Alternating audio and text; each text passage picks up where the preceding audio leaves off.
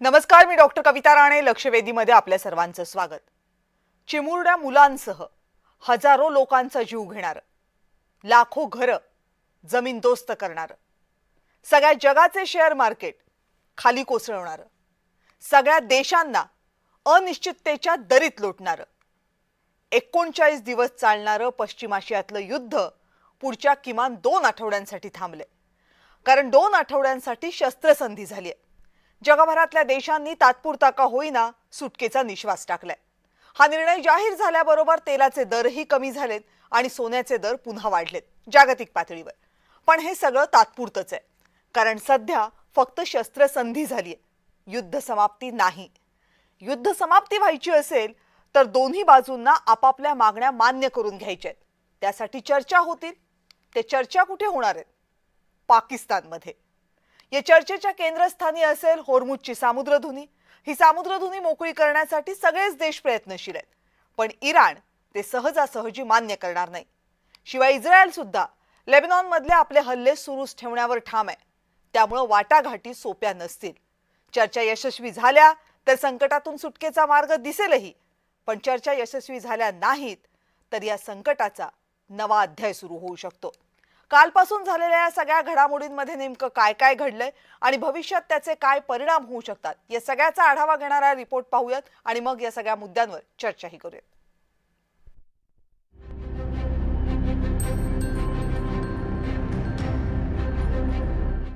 Iran आणि अमेरिकेतलं युद्ध अखेर 39 दिवसांनी तात्पुरतं का होईना पण थांबले.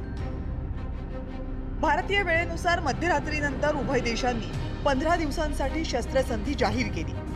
दोन्ही देशांनी हा आपला विजय असल्याचं जाहीर केलं. सगळ्यात महत्त्वाची बाब अशी आहे की याचा सकारात्मक परिणाम हा स्टॉक मार्केटवरती दिसून आलेला आहे. सर्वात महत्त्वाचं म्हणजे तेलाच्या किमती जो हा संघर्ष सुरू झाल्यानंतर जवळपास 25% वाढलेल्या होत्या, ज्या $120 पर्यंत जाऊन पोहोचलेल्या होत्या. त्या तेलाच्या किमती प्रति बॅरल आता $94 पर्यंत आलेल्या आहेत. ही निश्चितपणे एक सकारात्मक बाब आहे. एक मोठा विध्वंस होण्यापासून जग आणि आखात हे वाचलेलं आहे आणि त्यामुळे तेलाची पुरवठा साखळी पूर्ववत होईल या टर्म्स कंडिशनवरती चर्चा नक्कीच होईल. परंतु एक निदान काही काळासाठी का होईना जगाला निश्चितपणे दिलासा मिळाला आहे. जवळपास 10 अटींवर झालेली ही शस्त्रसंधी संपूर्ण जगासाठी मोठा दिलासाच आहे. कारण हॉर्मुझची सामुद्रधुनी पुन्हा खुली झाल्यामुळे तेल आणि गॅसची वाहतूक सुरळीत होणार आहे.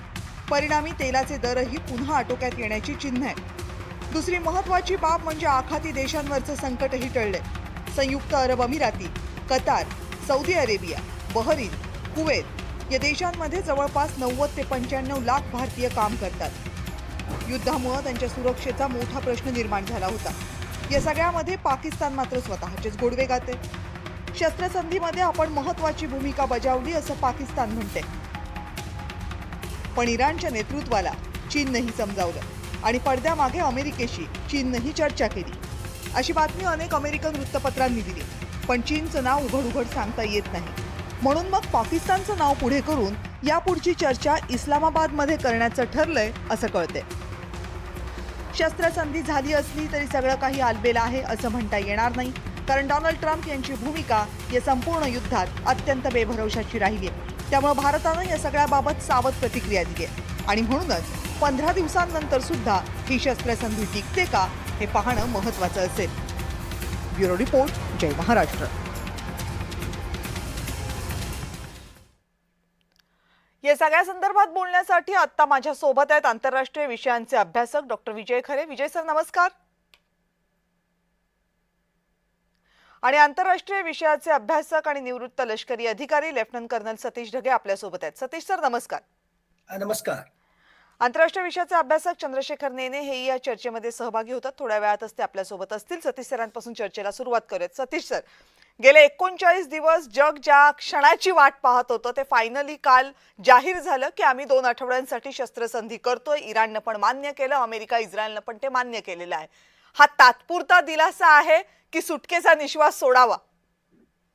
माझ्या मते ये तो होना ही था. कारण अशा प्रकारे पॉज घेण्याशिवाय किंवा स्वल्पविराम देण्याशिवाय दुसरा कुठलाही पर्याय एक प्रकारे डोनाल्ड ट्रम्प समोरही नव्हता आणि मी म्हणेल इराण समोर सुद्धा नव्हता. म्हणून आधी 5 दिवस, नंतर 10 दिवस आणि आता 15 दिवस अशा प्रकारचा हा पॉज आलेला दिसतोय. म्हणजेच हा स्वल्पविराम आहे आणि हा स्वल्पविराम आणखीन पुढे पुढे जाईल अशी आशा आपण आज घडीला त्या ठिकाणी करू शकतो. मला स्पष्टपणे वाटतंय की खरोखरच याला पूर्ण विराम लागणं आज घडीला हे अत्यंत अवघड टास्क आहे. आणि 2 मिनिटासाठी माना की इव्हन अशा प्रकारचं डील झालं, अशा प्रकारचा काही करार जरी त्या ठिकाणी झाला तरी खरोखरच हा करार, खरोखरच ही सो कॉल्ड युद्धबंदी, शस्त्रसंधी ही किती काळ टिकेल याच्याविषयी साशंकता आहे. एक प्रकारे फ्रेजाईल ट्रूस तो त्या ठिकाणी असेल. हे मी का म्हणतो? सुरुवात इथून करू की आता शुक्रवारी पाकिस्तानमध्ये इराण आणि अमेरिकेच्या प्रतिनिधींमध्ये चर्चा होणार आहे. मुळातच 10 पॉइंट डील जे इराणनं दिलेलं आहे आणि याच्या अगोदर अमेरिकेनं जे 15 पॉइंट दिलं होतं,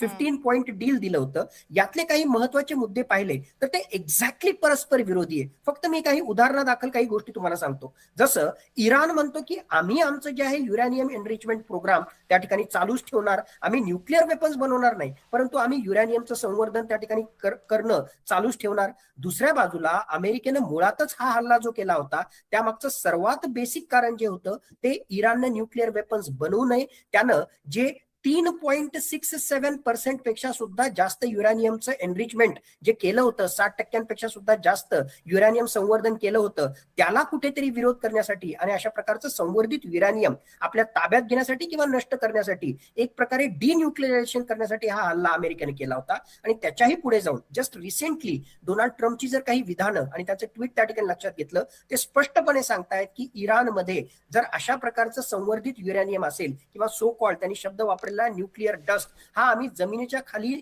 खाली लपवलेला किंवा त्या ठिकाणी असलेलं हे न्यूक्लिअर डस्ट, हे एनरिच्ड युरॅनियम, हे आम्ही ताब्यात घेऊ अशा प्रकारचं स्पष्ट विधान केलेलं आहे. म्हणजे पहिला तर जे आहे सरळ सरळ इथेच त्यांचा विरोधाभास आहे, दोन्ही बाजू या ठिकाणी मांडणार नाहीत. दुसरं एक महत्वाचा मुद्दा की अमेरिकेचे जे मिलिटरी बेसेस आहेत किंवा त्यांचे जे सैन्य आहेत ते अरब राष्ट्रांमधून हटवून घेणं हे पॉसिबल आहे का?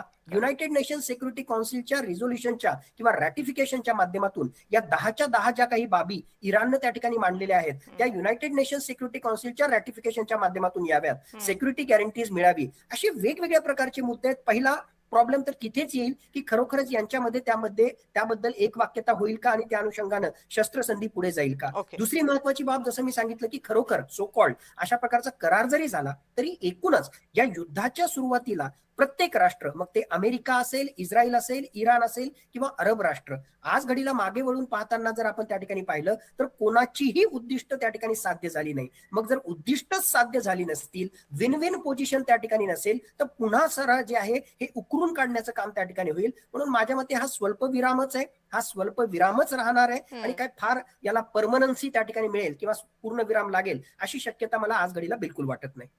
2 आठवड्यांसाठी तरी हा स्वल्पविराम, अल्पविराम टिकून राहू देत अशी अपेक्षा आपण करूयात, कारण तेवढा तरी श्वास घ्यायला वेळ मिळू देत. 39 दिवसांमध्ये जगभरात सगळ्याच देशांची अवस्था बिकट झालेली आहे. कारण सगळ्यात महत्त्वाचं म्हणजे ऑइल आणि गॅसचा जो पुरवठा आहे तो जगभरातल्या देशांचा कमी झालाय आणि अर्थात सगळ्या अर्थव्यवस्था त्याच्यावर अवलंबून असल्यामुळे त्याचा मोठा परिणाम सगळ्यांना भोगावा लागतोय, भारतालाही.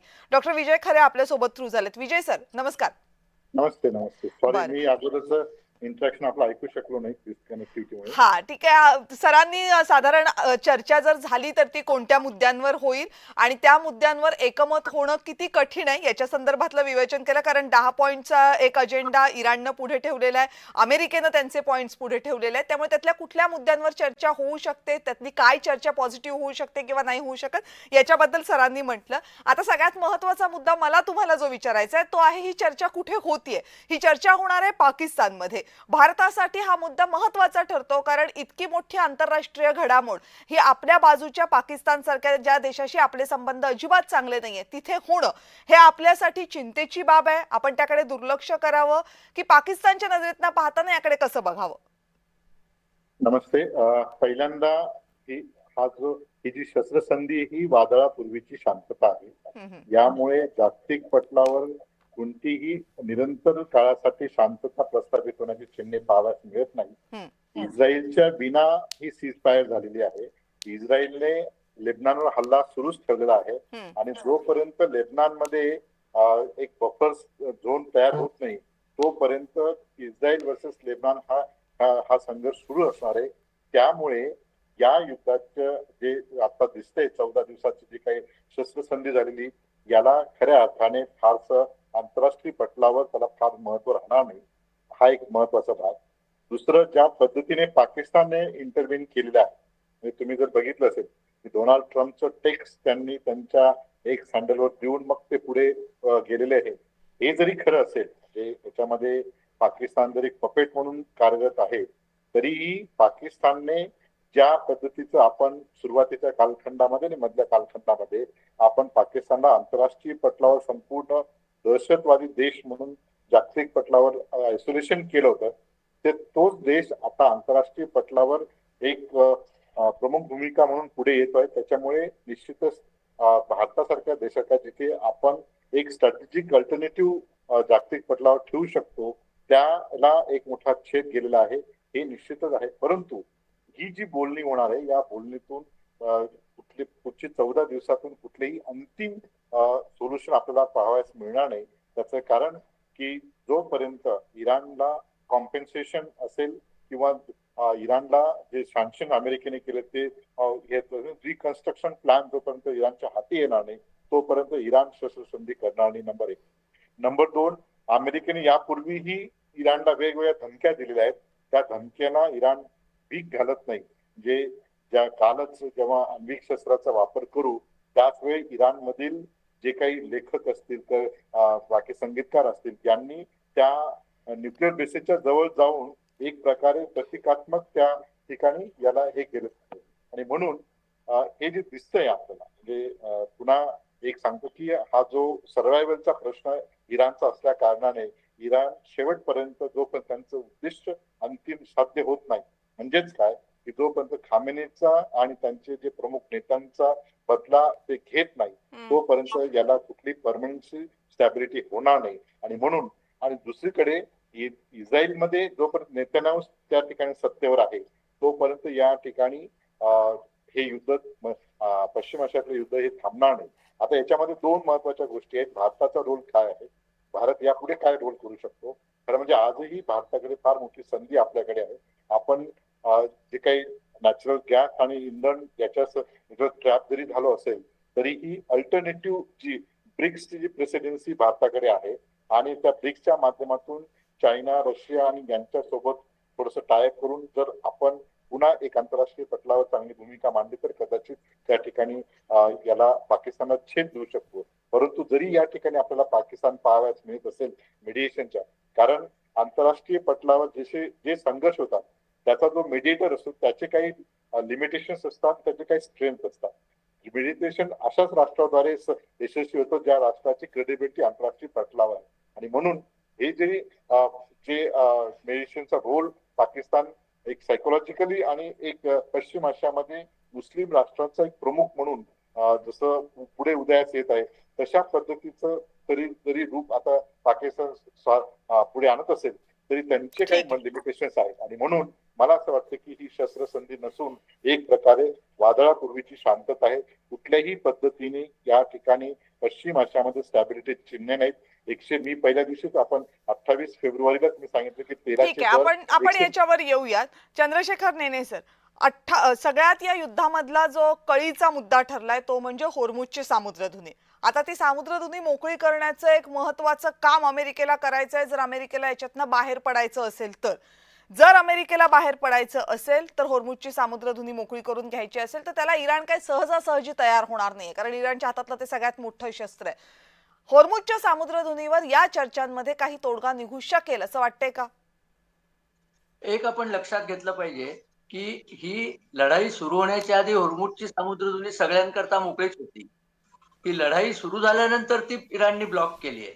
मग ती पुन्हा मोकळी जर करण्याचंच फक्त काम असलं तर लढाई केली कशाला असा प्रश्न सगळं जग विचारतंय. हे पहिली गोष्ट. दुसरं, इराण ती अजिबातच सोडणार नाहीये, कारण इराणकडे हातात दुसरं काहीच नाहीये. अमेरिकेनी आणि इस्रायलनी इराणची इतकी वाट लावलेली आहे की आता लढायला त्यांच्याकडे फक्त होर्मुझची सामुद्रधुनी आहे. ती काय परिस्थिती आहे ते आपण लक्षात घेतलं पाहिजे. ऍट द नॅरोएस्ट पॉइंट त्याची रुंदी 31 किलोमीटर आहे, परंतु ऍक्च्युअली ज्याच्यातनं टँकर जाऊ शकतात, कारण टँकर जायला खूप खोल पाणी लागतं. त्या खोल चॅनल फक्त टोटल 6 किलोमीटर रुंदीचे आहेत.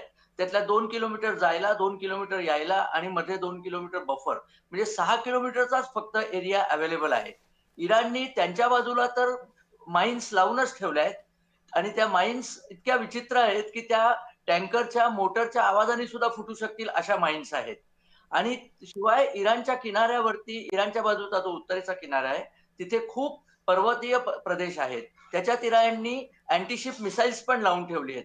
अमेरिकेला तिथे काहीही करता येत नाहीये आणि म्हणूनच अमेरिकेला हा शस्त्रसंधी करायला लागलाय, कारण जगाने अमेरिकेवर प्रेशर आणलंय की होर्मुझ बंद झालाय. इराणनी त्यांच्या हुतीच्या मित्रांना सांगून लाल समुद्र सुद्धा बंद करायचा घाट घातलाय. तर जगाची अर्थव्यवस्था सगळी बुडून जाईल. तर मला वाटत नाही की अमेरिकेला ती सामुद्रधुनी मोकळी करता येईल. याचा अर्थ असा की इराणच्या हातात एक ब्लॅकमेलिंगचं प्रचंड शस्त्र देऊन हे युद्ध तहकूब झालेलं आहे. जोपर्यंत हे शस्त्र इराणच्या हातातनं काढून घेता येत नाही, तोपर्यंत सगळं जग इराणला सध्या बांधलं गेलेलं आहे असं मला वाटतं. हा युद्धाचा परिणाम झालेला आहे आज आपण बघतोय तिथे. आणि नुसतं एवढंच नाही, तर ही समुद्रधुनी फक्त इराणचं तेल बाहेर काढत नाहीये, सगळ्या बाकी आखाती देशांचंही बहुसंख्य तेल आणि गॅस इथनच बाहेर येतो. कतारचा गॅस संपूर्णपणे इथनं बाहेर येतो. सौदी अरेबियाला फक्त लाल समुद्रातनं काही तेल काढता येतं आणि ओमान मध्ये तर त्यांनी जे पाईपलाईन टाकले तिथनं थोडं तेल येईल. युएईचं आणि कुवेतचं सुद्धा सगळं तेल इथनच बाहेर येतं. इराणच्या सगळ्या तेलावरती आता टॅक्स लावू शकेल. त्यामुळे ते आखाती देश आहेत ते भयंकर संतापलेले आहेत ते युद्ध थांबवल्याबद्दल. आता याच्यामधला ढगे सर एक महत्वाचा मुद्दा म्हणजे इस्रायल आता तरी काही बोलत नाही, पण एक जो मुद्दा इस्रायलनं पुढे आणलेला आहे त्यानं चिंता सगळ्यांची वाढवलेली आहे. त्यांचं म्हणणं आहे की आम्ही लेबनॉनवरचे हल्ले काही थांबवणार नाहीये, तिथल्या गटांवर त्यांनी सुरू केलेले हल्ले त्यांना तसेच ठेवायचे. इस्रायलनं अमेरिकेला या युद्धामध्ये ओढलं अशी युद्धाच्या सुरुवातीला सगळ्यांची भावना होती किंवा तसं बोललं जात होतं. अर्थात दोन्ही बाजूंमधनं त्याच्यावर काही स्पष्टपणे आलेले नाहीत, पण काही वक्तव्य जी आली त्यातनं हे स्पष्टच झालं होतं की इस्रायलनं अमेरिकेला युद्धामध्ये ओढलं. आता जेव्हा बाहेर पडायचंय तेव्हा अमेरिका बाहेर पडायला निघते, पण या सगळ्यामध्ये इस्रायलची भूमिका काय राहणार आहे? कारण ती महत्वाची असणार आहे, पण इस्रायल फारसं काही बोलत नाहीये. नक्कीच डॉक्टर कविता, आपल्याला आठवत असेल तर मागच्या काही आठवड्यांपासून या विषयावर वेळोवेळी आपण विश्लेषण करतोय आणि काही मुद्दे जे आहे मी कन्सिस्टंटली मांडतोय. त्यापैकी एक मुद्दा मला असं वाटतं की या युद्धामध्ये जे आहे अमेरिका बाहेर पडणारच, याला पॉज लागणार, स्वल्पविराम लागणार, हे स्टेटमेंट मी मागच्या कित्येक आठवड्यांपासून त्या ठिकाणी करतो. पण तिसरा महत्वाचा मुद्दा म्हणजे इस्रायल. अमेरिका जरी या युद्धामधून बाहेर पडला तरी मला वाटतं की इस्रायल आपली आक्रमकता ही अशीच त्या ठिकाणी चालू ठेवेल आणि अप्रत्यक्षरित्या त्याला पाठिंबा देण्याचं काम अमेरिका त्या ठिकाणी करेल. म्हणजे अमेरिका जरी प्रत्यक्षरित्या युद्धामध्ये नसलं तरी भविष्यामध्ये जे काही लो इंटेन्सिटी कॉन्फ्लिक्ट असेल किंवा जी आक्रमकता पश्चिम आशियामध्ये असेल ती इस्रायलच्या माध्यमातून अमेरिका त्या ठिकाणी कंटिन्यू ठेवेल. ऑलरेडी अधिकृतरित्या इस्रायलनं त्या ठिकाणी सांगितलेलं आहे की आम्ही लेबनन मधले म्हणजे या शस्त्रसंधीमध्ये लेबनन येत नाही, म्हणजेच आम्ही हिजबुल्ला विरुद्ध जे अशा प्रकारचे अटॅक करत राहू. म्हणजेच इराण समर्थित गट हे सुद्धा हल्ले प्रतिहल्ले करतील आणि इस्रायल सुद्धा त्यांच्याशी त्या ठिकाणी लढत राहील. एक गोष्ट. दुसरी गोष्ट, माझ्या मते या सगळ्या संघर्षामध्ये अमेरिकेला बाहेर निघायचंय, इराणचं प्रचंड नुकसान झालेलं आहे. वरकरणी काही जरी दाखवत असतील तरी सुद्धा इराणला सुद्धा या युद्धामधून त्या ठिकाणी बाहेर पडणं हे त्यांच्या फायद्याचं आहे. एकुलता एक प्राणी म्हणण्याच्या ऐवजी एकुलता एक देश ज्याला वाटत असेल की हे युद्ध असंच पुढे त्या ठिकाणी लांबत राहावं, तो देश म्हणजे इस्रायल. त्याचं कारण असं, कारण मुळातच जे आहे पश्चिम आशियामध्ये एक्झिस्टेन्शियल क्रायसिस जर कोणाला असेल तर तो इस्रायल. हजारो किलोमीटर दूर असणाऱ्या अमेरिकेचं काही बिघडत नाही, आला काय आणि गेला काय. पण त्याला अटॅकचा जो आहे भविष्यामध्ये सामना करावा लागत असेल तर तो इराणचा आणि इराण समर्थित संघटनांचा त्या ठिकाणी करावा लागत असेल. आणि जर अशा प्रकारे घायाळ अशा वाघाला, इराण सारख्या घायाळ अशा वाघाला मध्येच जर त्या ठिकाणी सोडून दिलं तर तो आणखीन भविष्यामध्ये आक्रमक होऊ शकतो. तो अरब राष्ट्रांविरुद्ध त्याचबरोबर इस्रायल विरुद्ध डेंजरस त्या ठिकाणी होऊ शकतो. म्हणून पहिली गोष्ट, इस्रायलला वाटतं की या इराणचा आणि इराण समर्थित संघटनांचा पुरता बंदोबस्त त्या ठिकाणी झालाच पाहिजे. नंबर एक. दुसरं महत्वाचं कारण, वैयक्तिकरित्या सुद्धा जर आपण त्या ठिकाणी पाहिलं तर मुळात बेंजामिन नेतन्याहू यांना जर सरकारमध्ये त्या ठिकाणी राहायचं असेल 7 ऑक्टोबर 2023 पासून आतापर्यंत बघा त्यांच्या वेगवेगळ्या ज्या मूव्ज आहेत. अगोदर गाझावर पूर्णतः एक प्रकारे वर्चस्व प्रस्थापित केल्यानंतर सुद्धा जे आहे पुढची मूव्ह इराण, त्याच्यानंतर पुढची मूव्ह हिजबुल्ला. म्हणजे वेळोवेळी जे आहेत नवीन नवीन ऑपरेशन्स त्यांनी इनिशिएट करण्याचा त्या ठिकाणी प्रयत्न केला, ज्याच्या माध्यमातून देश जर अशा प्रकारे युद्धामध्ये असेल तर युद्धजन्य परिस्थिती असल्यामुळे तिथे निवडणुका होत नाहीत. निवडणुका झाल्या तर पुन्हा एकदा जे आहे बेंजामिन नेतन्याहू त्या ठिकाणी प्रधानमंत्री होतील याची शक्यता खूप कमी त्या ठिकाणी आहे, कारण लोकांचा मोठ्या प्रमाणामध्ये बेंजामिन नेतन्याहू यांना विरोध त्या ठिकाणी आहे. म्हणून युद्धजन्य परिस्थिती राहणं त्यांच्या फायद्याचं आहे. आणि सगळ्यात महत्वाचं, त्यांच्या विरुद्ध जे भ्रष्टाचाराची केसेस आहेत, जसं हे युद्ध संपेल, नॉर्मलसी तिथे बहाल होईल, त्या ठिकाणी नवीन सरकार येईल किंवा निवडणुका होतील, तर त्यांच्या विरुद्ध हे भ्रष्टाचाराचे मामले चालतील. म्हणून बेंजामिन नेतन्याहूला सुद्धा वाटतंय की अशा प्रकारे युद्धजन्य परिस्थिती त्या ठिकाणी राहावी. इस्रायलला एक्झिस्टन्सच्या पॉईंट ऑफ व्ह्यूनं इराणचा खतरा आणि इराण समर्थित संघटनांचा खतरा पूर्णतः मोडून काढायचा आहे. म्हणून माझ्या मते इस्रायल हा सरळ सरळ या युद्ध बंदीमध्ये जे आहे सहभागी आता होईल किंवा भविष्यामध्ये होईल अशी शक्यता मला आज घडीला तरी फार कमी त्या ठिकाणी वाटते. आणि त्यामुळेच हे सगळं जे तुम्ही मगाशी म्हणालात की तो स्वल्पविराम आहे, तो कधी पूर्णविरामामध्ये बदलेल, त्याच्यासाठी किती वेळ लागेल हे आता कुणीच सांगू शकत नाही. ही गोष्ट खरी आहे की अमेरिकेला याच्यातनं बाहेर पडायचंय, त्यासाठी अमेरिका प्रयत्न करते, पण अमेरिका बाहेर पडली म्हणून युद्ध संपेल का, तर या संदर्भातलं प्रश्नचिन्ह अजूनही कायम राहतंय. विजय सर, आणखीन एक महत्वाचा प्रश्न, जेव्हा आता ही झालेली आहे शस्त्रसंधी 2 आठवड्यांपुरतीची, त्यावेळेस सातत्यानं असं म्हटलं जाते की विजय आमचाच झाला. अमेरिकेचं म्हणणं आहे आमचा विजय, इराणचं म्हणणं आहे आमचा विजय, इस्रायलचं म्हणणं आहे आमचा विजय. पण मगाशी जसं सतीश सरांनी सांगितलं की यामुळं पश्चिम आशियामधले जे जिओपॉलिटिकल सिच्युएशन्स आहेत त्या बऱ्यापैकी बदललेल्या आहेत. इराण जी तिथं आपली जागा ठेवून होता त्याच्यामध्ये फरक पडणार आहे. इस्रायलचा जो एक्झिस्टेन्शियल क्रायसिस इस्रायल सातत्यानं समोर आणते त्याच्यामध्ये फरक पडणार आहे. जेव्हा हे 3 महत्वाचे बिंदू आहेत या युद्धामधले, हे युद्ध जर आता थांबत असेल किंवा या चर्चा सुरू होत असतील, तर पश्चिम आशियाच्या दृष्टीनं with reference to West Asia यांच्या आयडेंटिटीज मध्ये काय फरक पडेल, अमेरिका, इस्रायल आणि इराण? एक आपण निश्चित लक्षात घेतलं पाहिजे, 1-2 तासापूर्वी पेंटागॉनच्या अधिकाऱ्यांनी आणि तिथले असे यांनी प्रेस कॉन्फरन्स घेऊन संपूर्ण नॅरेशन सेट करून ते प्रेस कॉन्फरन्स घेतली आणि सांगितलं की पश्चिम आशियामध्ये आम्ही आता इराणची अशी स्थिती केलेली आहे की त्यांनी स्वतः त्या शस्त्रसंधी केलेली आहे आणि ते नॅरेशन सेट करून संपूर्ण जगाला त्यांनी बीबीसी आणि इतर सर्व न्यूज चॅनल ते इंटरव्ह्यू दिलेले आहेत. इथे प्रश्न असा आहे की वेस्ट एशियामध्ये आता सध्या इराण हा एक असा एकमेव देश आहे की ज्या राष्ट्राने स्वतःचं इनोव्हेशन केलेलं आहे, ज्या राष्ट्राने सँक्शन असूनही तो सस्टेन झालेला आहे आणि जो राष्ट्र स्वतःच्या सर्व्हायव्हल साठी लढतोय. आणि म्हणून जसं इराक असेल, व्हेनेझुएला असेल किंवा इतर ठिकाणी क्युबा असेल किंवा इतर ठिकाणी अमेरिकेची दादागिरी जशी झाली तशी या ठिकाणी आपल्याला तुम्हाला इराणमध्ये करता येणार नाही. हे जे सिक्रेट रिपोर्ट्स आहे हे सर्व जगभर जेवढे स्ट्रॅटेजिक एक्सपर्ट त्यांनाही मान्य आहे की इराणला आपण ऍब्सोल्यूट ज्याला युद्धामध्ये हारणं जे आहे तसं करता येणार नाही. नंबर 2, इराण विरुद्ध फक्त एखादं युद्ध, या युद्धाच्या मर्यादा आहेत की इथे फक्त एअर वॉरफेअर ज्याला म्हणतो त्याची क्षमता तुम्ही टेस्ट केलेली आहे. अजूनही तुम्हाला लँड वॉरफेअर ज्याला म्हणतो, जमिनीवरचं युद्ध खऱ्या अर्थाने इराणची ताकद जगाला दिसली नाही. जवळपास 6 लाख पेक्षा ग्राउंड फोर्सेस जे आहेत, 6+2 अशा 8 लाख लोक त्यांची जी सेना आहे ती खडी सेना आहे आणि ते वाट बघतायत की कशा अमेरिकन फोर्सेस इराकद्वारे तिथे इंटर करू शकतील आणि कशा पद्धतीने आपण त्यांना काउंटर करू शकतो.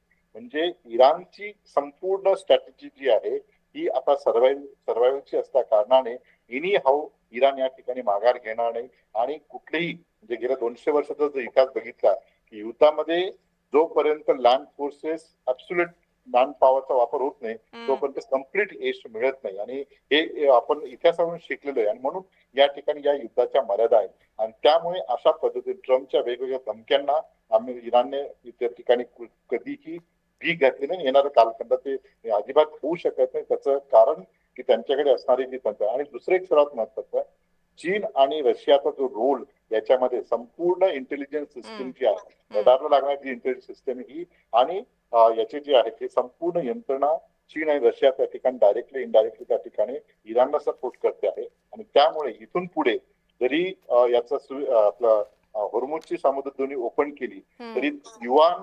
जो देश युआन पे करेल त्यालाच त्या जहाज पुढे देतील अशा पद्धतीची कंडिशन त्या ठिकाणी करेल. आणि जो पेट्रो डॉलरची जी काही अमेरिकेची जी दादागिरी जी आहे मक्तेदारी ती त्या ठिकाणी मोडून चायना, काढण्याचं कदाचित रशिया हे युद्ध यांना सुरू मोडीत. होण्यामागे सुद्धा ते एक महत्वाचं कारण होतं, कारण डॉलरला कुठल्याही परिस्थितीत धक्का लागणं हे अमेरिकेला पटत नाही. मग ते ब्रिक्स देशांचं असू देत अथवा इराणनं भारताशी केलेले व्यवहार असू देत किंवा इराणनं चीनशी केलेले व्यवहार असू देत.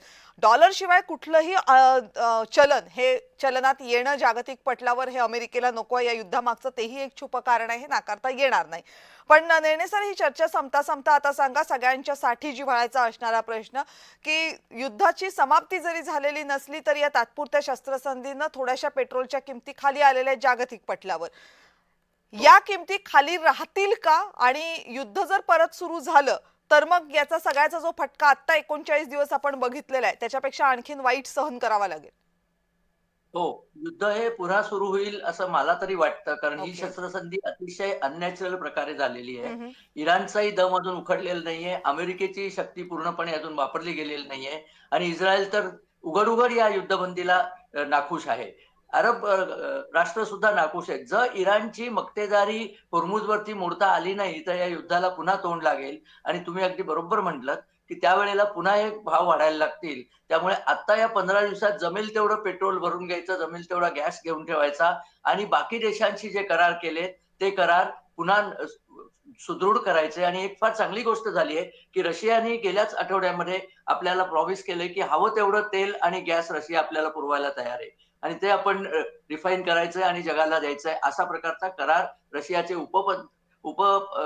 पंतप्रधान इथे आले होते, मोंटुरोव, त्यांच्याबरोबर झालेला आहे. ती एक फार चांगली न्यूज आहे. त्यामुळे आपण त्याचा वापर करून भारतालाच जगाचा रिफाईंड तेलाचा पुरवठादार ठरवण्याची संधी आपल्याला आलेली आहे. त्याचा आपण पुरेपूर फायदा करून घेतला पाहिजे. हा मोठा मुद्दा आहे, कारण भारताकडे रिफायनरीज जरी असल्या तरी कच्च्या तेलासाठी आपण या सगळ्या देशांवर अवलंबून आहोत. रशियावरचे सँक्शन्स तात्पुरते उठवल्यामुळे रशिया आपल्याला ते कच्चं तेल देऊ शकते. पण अर्थात या सगळ्या तात्पुरत्या सोयी आहेत. जगाला पुढच्या काही वर्षांसाठीचं जर आपलं भविष्य बघायचं असेल तर ते या परिस्थितीमध्ये नक्की पाहता येणार नाहीयेत, मग तो कुठलाही देश असू दे. त्यामुळे युद्धाची जी शस्त्रसंधी झालेली आहे ती पूर्णतः युद्धविरामामध्ये जोपर्यंत बदलत नाही तोपर्यंत अनेक प्रश्न कायम राहतील. मग तो तेलाच्या पुरवठ्याचा प्रश्न असू देत, गॅसच्या पुरवठ्याचा प्रश्न असू देत, सोन्याचा प्रश्न असू देत किंवा परकीय गुंतवणुकीचा प्रश्न असू देत. ते प्रश्न जसे विकसित देशांसाठी असणार आहेत तसेच विकसनशील देशांसाठी सुद्धा असणार आहेत, गरीब देशांसाठी सुद्धा असणार आहे. त्यामुळे अनिश्चितता या जगामधली जी निर्माण झालेली आहे युद्धाच्यामुळे ती अजूनही थांबलेली नाहीये. फक्त थोडासा स्वल्पविराम मिळालेला आहे. अपेक्षा आपण एवढीच करू शकतो की ज्या चर्चा होणार आहेत त्या चर्चा यशस्वी होऊ देत आणि जगाला या सगळ्या संकटातनं मुक्तता मिळू देत. अर्थात तीनही आपले तज्ञांनी सांगितलंय की ते एवढ्यात होणं आता तरी त्यांना दिसत नाहीये. आपण सगळेजण या चर्चेमध्ये सहभागी झालात, सगळ्यांचे मनापासून आभार. आणि लक्षवेधीमध्ये वेळ झाली इथेच थांबण्याची. पाहत रहा जय महाराष्ट्र.